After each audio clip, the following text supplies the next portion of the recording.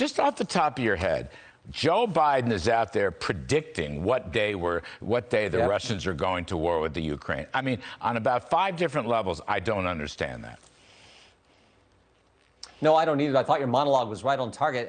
But remember, this is the same foreign policy team that gave us the debacle that was the exit from Afghanistan. And remember, these same individuals, Jake Sullivan, Tony Blinken, Wendy Sherman, Bill Burns, those were the same people who were in charge back in the Obama administration when we had the tragedy in Benghazi. So it probably shouldn't surprise us. I mean, it's sad for our country. It's sad for the world. But it shouldn't surprise us that they're messing this up as well.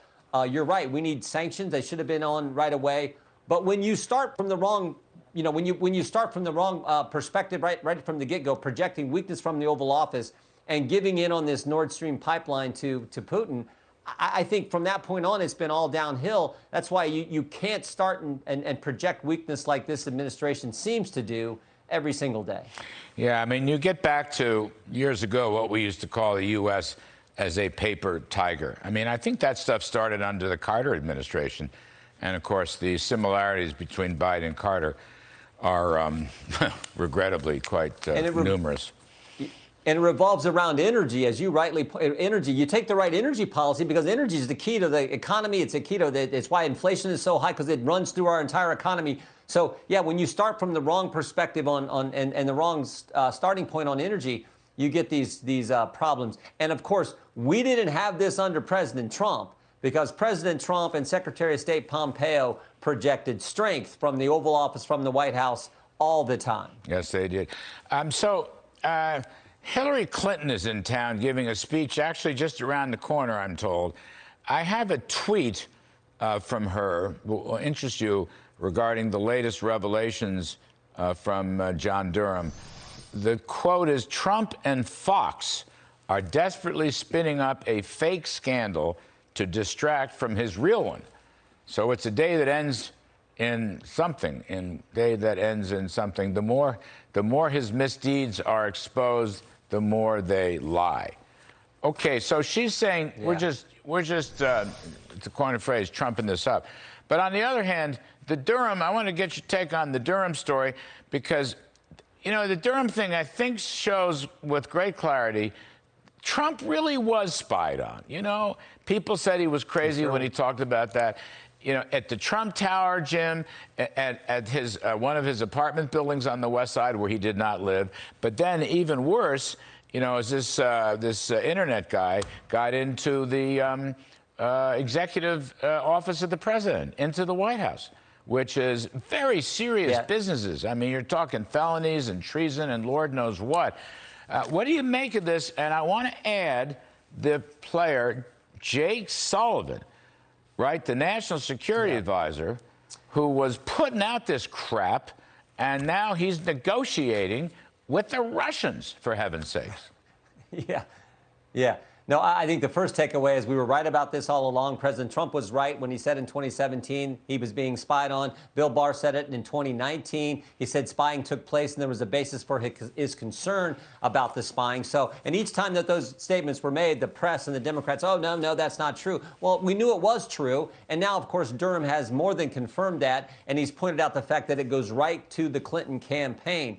What I find interesting is this tech executive one, this Jaffe guy, because there was a piece in the New York Times that said, oh, no, he was doing what he was supposed to do. He was on contract. If he saw something that was of concern to him, he was supposed to raise that concern. Well, let's just assume for a second that's all true. Why did he raise that concern with the lawyer from the Clinton campaign, Mr. Zussman, and also communicated it to Mr. Elias, the lawyer, the chief counsel for the Clinton campaign? If he was concerned about it and there was a real issue there, he should have went to the FBI. But he didn't do that, Larry. He went to the campaign, and then Mr. Zussman takes this information to the FBI. And again, not just anyone at the FBI. Who does he meet with? He meets with Jim Baker, the chief counsel. So that's what's unusual about this and why I find it so troubling, not to mention the language Durham used, Larry, where he said that we were looking to create an inference and a narrative. You know what we call that?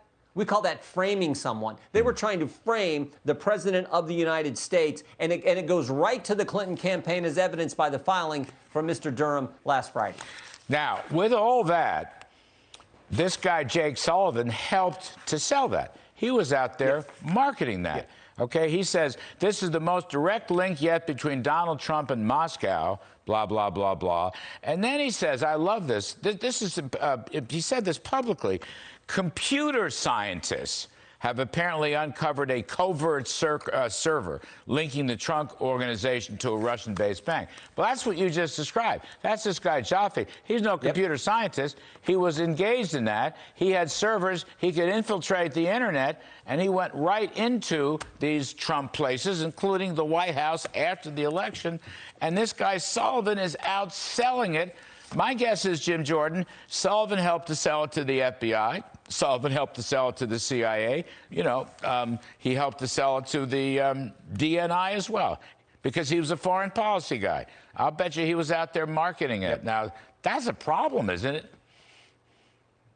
Well, it sure is. If he did that, if he was in the know from the get-go on this whole pattern, this whole operation, if he knew that, then I think he needs to be held accountable. We don't know if he knew, but it'd be hard to say that he didn't know. I mean, again, they were trying to create a narrative. If he was in on this from the start about creating this narrative to frame not just anyone, but a major political party's candidate for president, and then the president-elect, and it looks like this went all the way into the time when President Trump was actually president after January 20th, 2017. So if that's all true, of course he should be held accountable. We don't know if all that is true, but the fact that he was tweeting about it in a timely way seems to indicate he might have known. We'll just have to see what Mr. Durham comes up with. No, you're quite right.